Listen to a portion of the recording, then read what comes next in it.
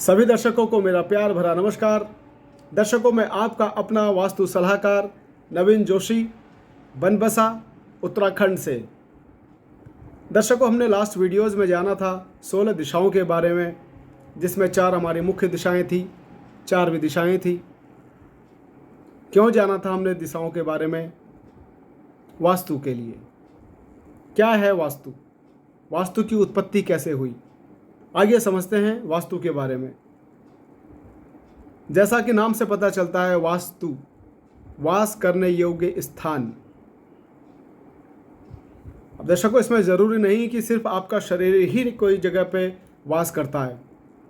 हर वो चीज़ जो आपने रखी हुई है, जो घर पर रखी हुई है, जो आपने पेट पर रखी हुई है, जो आपने मन में रखा हुआ है, जो आपने अपने दिमाग में, मन में चीज़ें, विचार रखे हुए हैं, जो आपने शरीर में, पेट में जो सामान आपने भोजन के माध्यम से जो भी आपने चीज़ें डाली, जो वो निवास कर रही हैं, आपके घर पे जो स्टोरेज आपका जो है, आपने जो भी सामान रखा हुआ है, आपने अपने पूर्वजों की फ़ोटोज़ लगाई हैं, आप अपने फैमिली की फ़ोटोज़ लगाई हैं।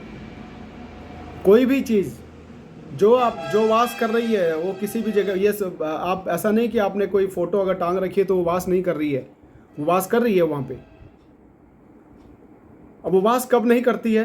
वास करने योग्य स्थान वो वास कब नहीं करेगी? जब उस फोटो के पीछे जाले हो जाएंगे। आप कभी भी अपने घर में सफाई जब आप करते हैं, हमेशा कभी भी आप अपने पितरों की फ़ोटो में या फैमिली की फ़ोटो जो आपके लगी हुई हैं, फ़ोटोज़ आपके घरों में आप पेंटिंग्स वगैरह लगा देते हैं। आप घड़ियाँ, अपने वॉल हैंगिंग घड़ियाँ बहुत होती हैं। समय आपका अच्छा नहीं चल रहा होता है, तो इस पे चर्चाएं थोड़ी सी लंबी हो जाएंगी, हम आगे बात करेंगे। मेरा आज जो समझाने का और आपसे जो थोड़ा सा छोटी चीज़ें शेयर करने का एक मन था, वो था वास करने योग्य स्थान, वास्तु के लिए हम जिसके लिए बात कर रहे हैं। घड़ी के पीछे के जाले मतलब आपका समय आपके साथ में सही से नहीं रह रहा है, वो वास वहाँ पर नहीं कर पा रहा है, वो वक्त, वो समय वहाँ पर सही से वास नहीं कर पा रहा। आपने कैद तो कर दिया उसको, लेकिन वो छटपटा रहा है, वो आपके साथ में सही समय व्यतीत नहीं कर पा रहा। उसके जाले हटाइए, बंद घड़ी चलाइए। आपके पूर्वजों के फ़ोटो जो लगी है, उनके पीछे के जाले हटाइए। फैमिली फ़ोटोग्राफ्स के पीछे के जाले हटाइए। अब मैं सफाई तो नहीं करवा सकता आपके घर में, लेकिन हाँ, आपको थोड़ी सी याद दिला सकता हूँ। क्योंकि होता क्या है, हम दूसरे के भरोसे बैठे होते हैं कि कोई आएगा और सफाई करेगा। दर्शकों, ये जो भी ये बात सुन रहा है, जो भी घर का सदस्य है, जो भी इस छोटे छोटे काम है जो स्वयं कर सकते हैं, हमें किसी को कहने की ज़रूरत नहीं है।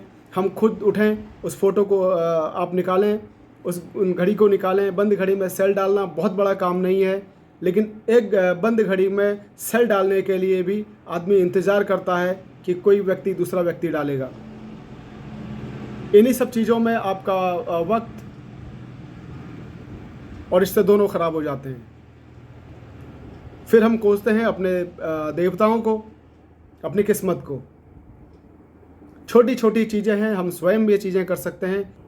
बेड है जिस पे आप सो रहे हैं, उस बेड के नीचे जाले लगे हुए हैं, छत पे जाले लगे हुए हैं। चलिए कोई बात नहीं, छत पे कई लोगों के इस तरह के बहाने होते हैं कि हम छत पे नहीं पहुंच पाते हैं। बेड के नीचे तो आप पहुंच जाते हैं। बेड के नीचे जाले आप खुद भी, स्वयं भी निकाल सकते हैं। तो छोटे छोटे काम हम जो स्वयं कर सकते हैं, इससे हमेशा खुशियाँ बनी होती हैं। हमारे घर की एनर्जी इन्हीं चीज़ों से बढ़ जाती है। शीशा, जिस पे आप रोज़ अपना मेकअप, अपने बॉडी का मेकअप तो आप कर ले रहे हैं, लेकिन उस शीशे का कभी आपने मेकअप नहीं किया। उस शीशे को अपनी दीवार से थोड़ा सा हटा के देखिए, उसके पीछे क्या हाल हो रहा है।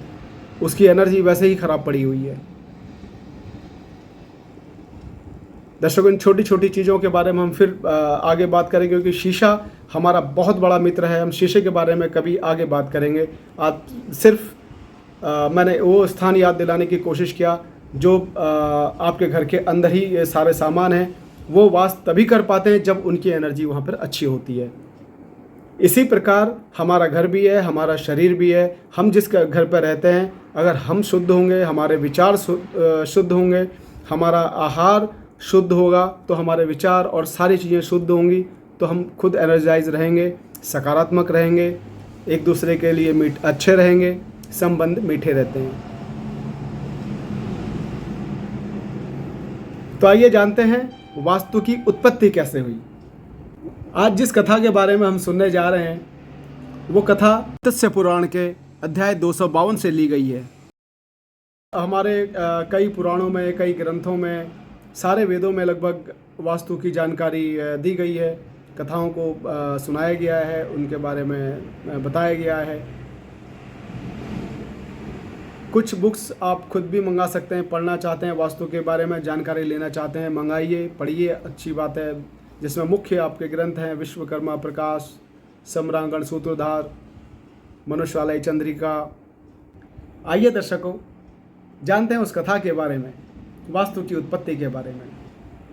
प्राचीन समय में हिरण्याक्ष नाम का एक राक्षस हुआ करता था। उस राक्षस ने भगवान शिव की कठोर तपस्या की। उस तपस्या के फलस्वरूप उसको एक पुत्र की प्राप्ति हुई। वो पुत्र इतना विशाल हुआ, इतना ताकतवर था, तीनों लोकों में जिसको देखकर हाहाकार मच गया था, क्योंकि वो शिव का स्वयं शिव का ही रूप था, शिव का एक अंश था, शिव का डार्क शेड आप उसको कह सकते हैं। उसका नाम ही अंधकासुर पड़ा। समय बीतता गया, अंधकासुर और विशाल और बड़ा होता चला गया, और इधर समय हो गया हिरण्याक्ष के वध का।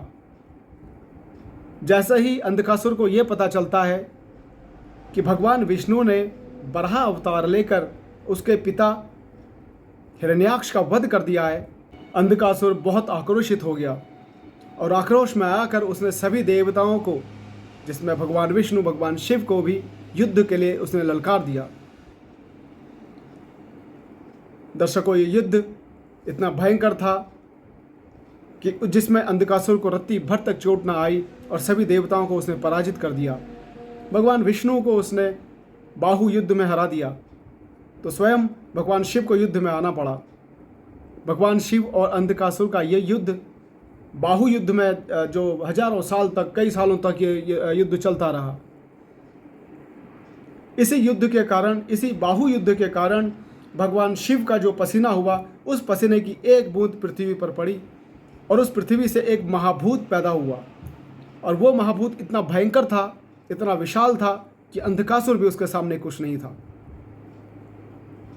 और वो महाभूत धीरे धीरे अंधकासुर के जो लोथड़े पड़े हुए थे मांस के, वो उसका भक्षण करने लगा। पूरी पृथ्वी से उसने दैत्यों का सफाया कर दिया, और कुछ भाग गए, लेकिन उसके बाद भी उसका पेट नहीं भरा। यह सब देखकर भगवान शिव बड़े प्रसन्न हुए, और प्रसन्नता में आकर उन्होंने कहा कि हे महाभूत, मैं तुमसे बहुत खुश हूँ, मांगो कुछ वरदान। वरदान में उस महाभूत ने भगवान शिव से कहा कि हे प्रभु, मैं बहुत भूखा हूँ, मेरी भूख अभी भी ख़त्म नहीं हुई है, अतः मुझे ऐसा वरदान दीजिए जिससे मेरी भूख खत्म हो जाए, मैं इन तीनों लोकों को अपना ग्रास बना सकूं। अब भगवान शिव जैसा कि उसको वचन दे चुके थे, तो वचनबद्ध थे, उन्होंने उसे तथास्तु कह दिया, उसे वरदान दे दिया। जैसे ही वरदान मिला, वो पृथ्वी की तरफ भाग खड़ा हुआ पृथ्वी को खाने के लिए, क्योंकि बहुत ज़्यादा भूखा था।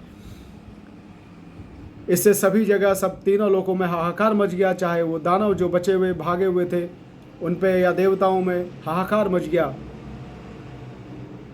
उन्हें समझ में नहीं आया कि क्या करें। उन्होंने जब वो पृथ्वी को खाने के लिए दौड़ा, तो सारे देव और दानवों ने मिलकर उसे पृथ्वी पर औंधे मुंह गिरा दिया, और सारे देवता उसके ऊपर चढ़ गए, जिसमें 33 देवता और 12 दानव हैं। वो सारे उसके ऊपर खड़े हो गए।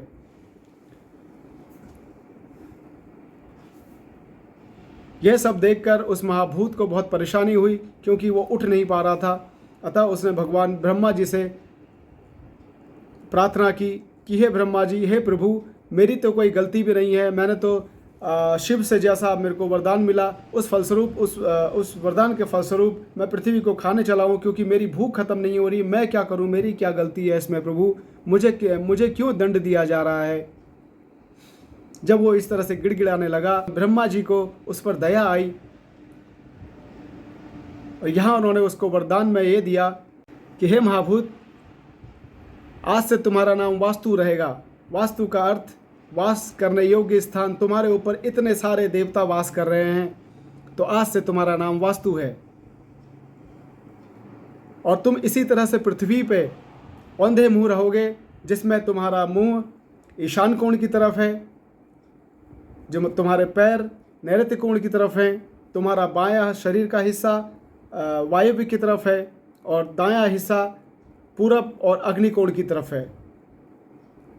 अतः आज से पृथ्वी पर कोई भी निर्माण कार्य होगा और जो तुम्हारे खिलाफ निर्माण करेगा, देवताओं की जगह दानवों को रख देगा, दानवों की जगह देव को रख देगा, जो इस ऊर्जाओं को जो छेड़खानी करेगा वो तुम्हारा ग्रास बनेगा। उससे तुम अपनी भूख खत्म करोगे। इस तरह एक वास्तु पुरुष की उत्पत्ति हुई। दर्शकों, इसमें डराने की बात नहीं है। जो हमारे पुराणों में, जो हमारे वेदों में लिखा गया है, वही आपको बताया जाता है। जो हमारे गुरुओं ने हमें बताया वो हम आपको बता रहे हैं, और गुरु की बातों पर कभी संदेह नहीं किया जाता। ये है दर्शकों वास्तु पुरुष की उत्पत्ति जहाँ से हुई। आपको मैं 16 दिशाओं के बारे में, जिसमें 32 के बारे में हम जानकारी ले चुके हैं। बाकी बच्चे देव, हम आगे उस पर बात करेंगे। तो दर्शकों, जब भी कोई निर्माण कार्य करें, बहुत सोच समझ कर करें, क्योंकि कोई भी निर्माण आप करते हैं, चाहे वो घर हो, दुकान हो, फैक्ट्री हो, हॉस्पिटल हो, कुछ भी, कोई भी स्कूल आप बना रहे हैं बच्चों को पढ़ने के लिए, वहाँ पर टीचर्स आएंगे, वहाँ पर बच्चे अगर आते हैं तो हज़ारों की संख्या में बच्चे होते हैं। उतने सारे बच्चे जब एक बाउंड्री के अंदर आते हैं तो उनकी वाइब्रेशन कैसी, उन बच्चों के ऊर्जाएं वहाँ पर कैसी हों, उस स्कूल का ऊर्जा कैसा हो। अस्पताल में जब मरीज़ कोई आता है, वो ठीक होने के लिए आता है, तो उस अस्पताल की ऊर्जा कैसी हो। कई जगह आपने सुना होगा कि इस अस्पताल में जो आता है वो ज़िंदा नहीं रहता, वो ऊपर ही जाता है। कई अस्पताल ऐसे होते हैं जिसमें मरीज आता है और डॉक्टर बड़ा वो फेमस हो जाते हैं। वो डॉक्टर उस अस्पताल में जाइए, आप ठीक होके आएंगे। वो सब ऊर्जाएं होती हैं मित्रों। कोई नया घर आपने बनाया और नए घर में आपने एंट्री करते ही 1 हफ्ते के अंदर महाभारत चालू हो जाती है। जबकि हमारे गुरुओं ने जो हमें बताया है, उनका ये कहना है कि हम घर की कोई भी ऊर्जा 7 साल, 15 साल, 21 साल में जागृत होती हैं। लेकिन बहुत ज़्यादा विरोध हो जाने पर, जब आपने ऊर्जाओं को बहुत ज़्यादा घर पे बिगाड़ दिया हो, आपने सेप्टिक टैंक नॉर्थ ईस्ट में बना दिया हो, आपने सेप्टिक टैंक नॉर्थ वेस्ट में बना दिया हो, तो ये ऊर्जाएं बहुत जल्दी जागृत हो जाती हैं और सारे घर में चिड़चिड़ापन, आपस में लड़ाई झगड़ा, प्रेम तो बिल्कुल रहता ही नहीं है। एक अगर घर में 2 लोग भी हैं तो एक पूरब में बैठेगा, एक पश्चिम में जाके बैठेगा। तो दर्शकों, जब भी हम कोई चीज़ नया आधार रखते हैं, जब कोई हम नई बिल्डिंग बनाते हैं, तो हम बनाते हैं कि उस पर सब कुछ अच्छा रहे, खुशियाँ रहें। तो खुशियाँ तभी आएंगी जब सब कुछ उसके अंदर सकारात्मक रहेगा। हाँ, ऐसा नहीं है कि सब कुछ सकारात्मक कि कभी आपको तकलीफ़ आएगी नहीं, आप कभी बीमार होंगे नहीं, कभी, लेकिन रोज़ तो नहीं। अगर रोज़ आप बीमार रह रहे हैं, रोज़ आपके घर में लड़ाई हो रही है, सब कुछ अच्छा चल रहा है, आपको खान पान सब अच्छा है, लेकिन बहुत गंभीर बीमारियां आपको पकड़ रही हैं, तो कुछ वजह तो है दोस्तों। जांच का विषय है, उसको जांच अपने घर से शुरुआत कीजिए। अस्पताल ज़्यादा मत भागिए, अपने देवों को मत कोसो, अपने पितरों को मत कोसो। न तो देव किसी का कुछ बिगाड़ते हैं। देव इस पृथ्वी पर आपको देव ने ही भेजा हुआ है, बिगाड़ने के लिए नहीं भेजा है। आपके कर्म और आपका वास्तु आपको बिगाड़ता है, हमें बिगाड़ता है। तो हमें अपने कर्मों को और वास्तु को सुधारना है। और मैं कहता हूँ, कर्म तो आपके हाथ में है ही, वास्तु भी हमारे हाथ में है। तो दर्शकों, आज हमने जाना वास्तु की उत्पत्ति के बारे में और वास्तु क्या है उसके बारे में। आगे हम जानेंगे 45 देवताओं के बारे में। तब तक के लिए अपनी वाणी को विराम देता हूँ। नमस्कार।